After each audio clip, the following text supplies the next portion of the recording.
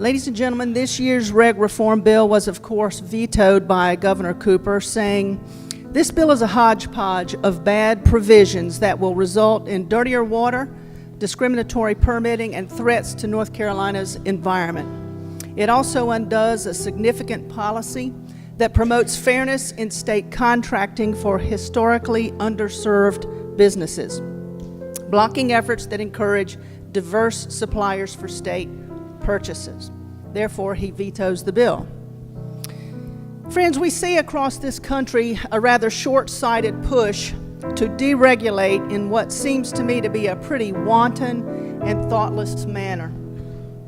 I find it fairly irresponsible most times.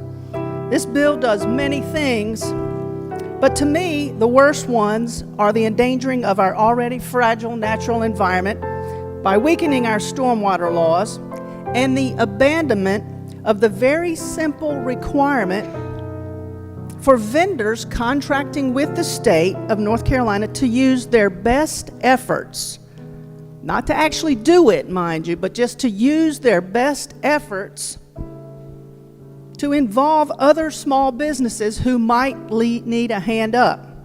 It feels like we're back to just everybody for themselves all the time and in every circumstance. We don't even want to encourage best efforts. So why do I say this? There's a theme going on. These provisions, particularly on the stormwater elements, clearly do not embrace today's best water management practices. For example, these changes are going to allow more impervious ground cover, which will exacerbate stormwater runoff and flooding.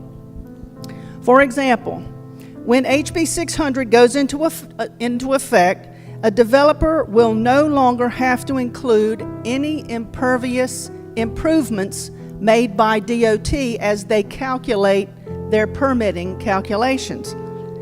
Well, that makes no sense at all. It's like saying, that road's not there, I don't see it, I don't have to calculate that water is in fact going to run off of it.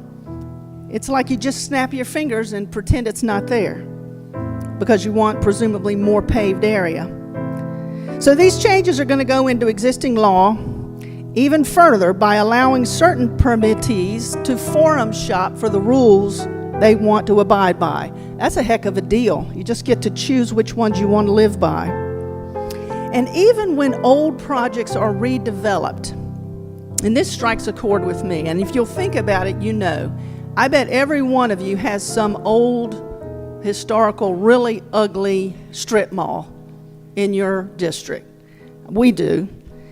And so imagine them being turned into new and better projects, offering more amenities and maybe lifting up a blighted area. But in that moment, which is a unique one, you have an opportunity to implement the best practices and capture this water in innovative ways.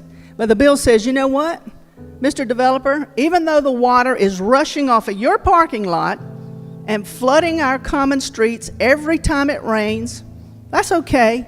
We'll just let that flow into our water supply, and we're going to try to see if we can figure out a way to fix it later. It is an opportunity lost when that happens. And it's lost for a generation if you think about it. How often do these big strip malls or Independence Mall in my area get reborn? Not very often. So regulations in and of themselves are not this horrible bugaboo to be avoided at all costs. We use regulations in a civilized society to prohibit certain objectionable behaviors and to induce private parties to bear the cost of the actions that they impose on the rest of us. They foster and they manage innovation. I was thinking about this just the other day.